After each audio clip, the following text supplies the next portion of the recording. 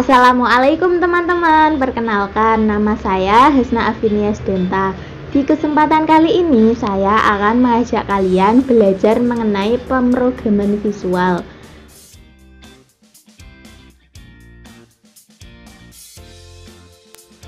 Yang pertama, mengenai algoritma.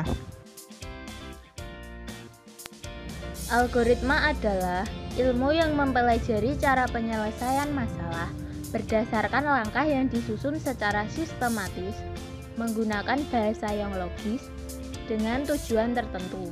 Teknik penulisan algoritma dibagi menjadi 3. Yang pertama, menggunakan kalimat deskriptif. Pada dasarnya, teks algoritma dengan bahasa deskriptif disusun oleh 3 bagian utama, yaitu judul atau header, deklarasi atau kamus, dan bagian deskripsi.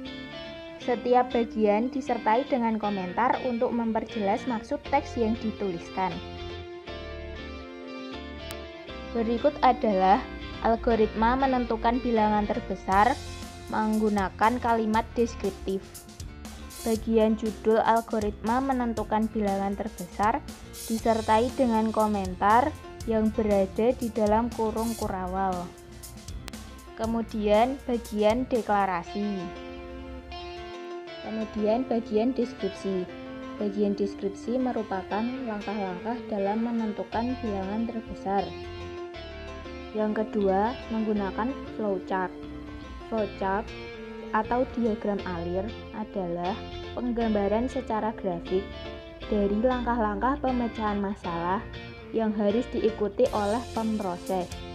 Flowchart terdiri atas sekumpulan simbol di mana masing-masing simbol menggambarkan suatu kegiatan tertentu. Flowchart diawali dengan penerimaan masukan atau input, pemrosesan masukan, dan diakhiri dengan menampilkan hasilnya atau output. Berikut adalah contoh algoritma mencari bilangan terbesar di antara 2 bilangan menggunakan flowchart. Yang ketiga, menggunakan pseudocode. Pseudocode harus terdiri dari 3 bagian. Yang pertama, judul algoritma, yang terdiri atas nama algoritma dan penjelasan dari algoritma tersebut. Yang kedua, deklarasi. Deklarasi mendefinisikan semua nama yang digunakan di dalam program. Yang ketiga, deskripsi. Deskripsi berisi uraian langkah-langkah penyelesaian masalah yang ditulis dengan menggunakan aturan-aturan yang telah ditentukan. Berikut adalah contoh pseudocode. Berikut adalah bagian judul dari algoritma bilangan terbesar menggunakan pseudocode. Bagian deklarasi. Berikut adalah bagian deskripsi dan aturan-aturan yang telah ditentukan. Kemudian kita akan membahas mengenai struktur data. Data adalah representasi dari fakta dunia nyata. Fakta atau keterangan tentang kenyataan yang disimpan, direkam, atau direpresentasikan dalam bentuk tulisan, suara, gambar, sinyal, atau simbol. Data merupakan suatu nilai yang bisa dinyatakan dalam bentuk konstanta atau variabel. Konstanta menyatakan nilai yang tetap, sedangkan variabel menyatakan nilai yang dapat diubah-ubah selama eksekusi berlangsung. Tipe data. Tipe data adalah pengelompokan data berdasarkan isi dan sifatnya. Jenis data yang dapat diolah oleh komputer untuk memenuhi kebutuhan dalam pemrograman komputer. Macam-macam tipe data. Yang pertama, tipe data dasar. Isi dari tipe data sederhana ini adalah data-data tunggal. Tipe data dasar sudah disediakan oleh program sehingga programmer bisa langsung memakai. Berikut adalah contoh-contoh dari tipe data. Ada integer, float, char, dan boolean. Yang kedua, tipe data bentukan. Tipe data bentukan atau tipe data komposit adalah tipe data yang dibentuk dari tipe data dasar dengan maksud mempermudah pekerjaan programmer. Contoh-contohnya ada array, string, record, union, struct, dan lain-lain. Yang ketiga, tipe data abstrak. Tipe data yang didefinisikan sendiri oleh pemrogram untuk suatu keperluan tertentu yang tidak memungkinkan untuk mendeklarasikan dari tipe data yang sudah ada. Berikut adalah contoh-contoh dari tipe data abstrak. Kemudian, kita akan membahas konsep dasar pemrograman visual dan tradisional. Pemrograman visual adalah metode pembuatan program yang perancangan antarmukanya dilakukan secara visual dan berbasis GUI dan terpisah dari penulisan kode-kode programnya.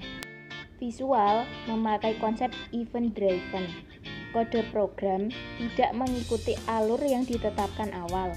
Eksekusi program dapat berlainan sesuai dengan event yang diberikan. Kemudian kita akan membahas mengenai modul. Mengidentifikasi modul. Nama modul adalah deskripsi singkat dari modul tersebut. Identifikasi dari sebuah modul juga memuat angkanya. Sebuah modul dapat memiliki sebuah subordinat modul jika modul itu juga menjadi subordinat paling sedikit satu buah modul. Ciri-ciri modularitas.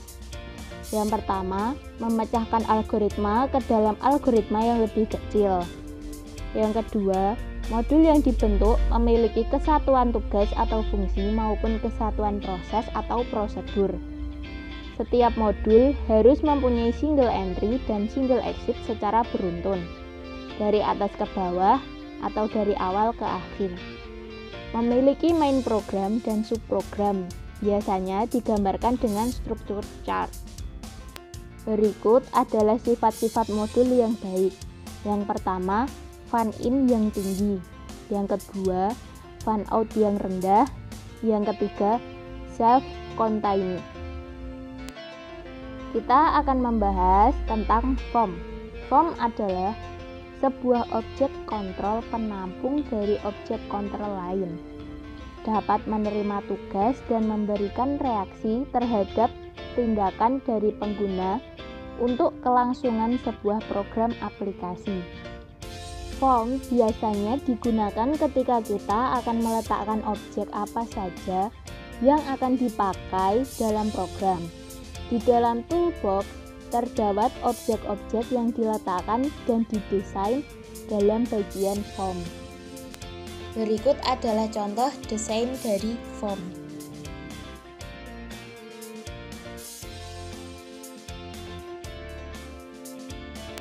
Kemudian kita akan membahas pengelompokan form.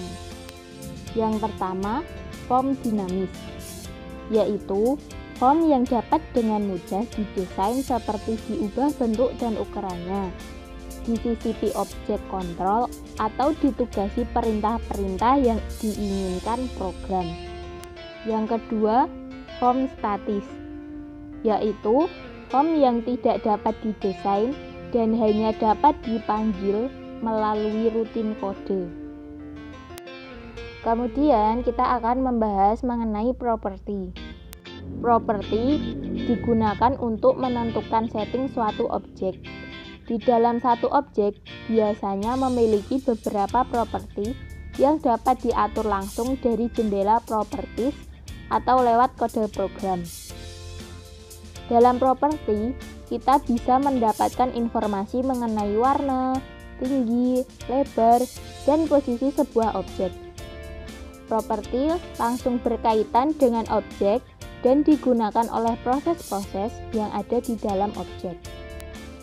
Bentuk properti pada form. Berikut adalah contoh properti dalam form.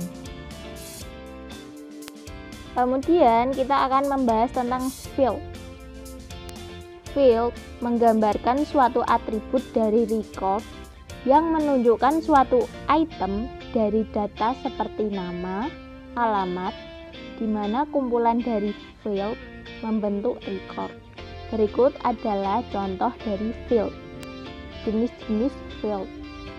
Yang pertama, field name. Yang kedua, field representation. Yang ketiga, field value. Kemudian kita akan membahas mengenai scheme. Scheme merupakan konsep-konsep atau rencana dalam pemecahan masalah. Tahapan-tahapan dalam scheme. Yang pertama, analysis of the problem. Yang kedua, conceptual design. Yang ketiga, embodiment of scheme. Yang keempat, detailing. Nah, begitu penjelasan dari saya. Semoga kalian paham ya. Thanks for watching.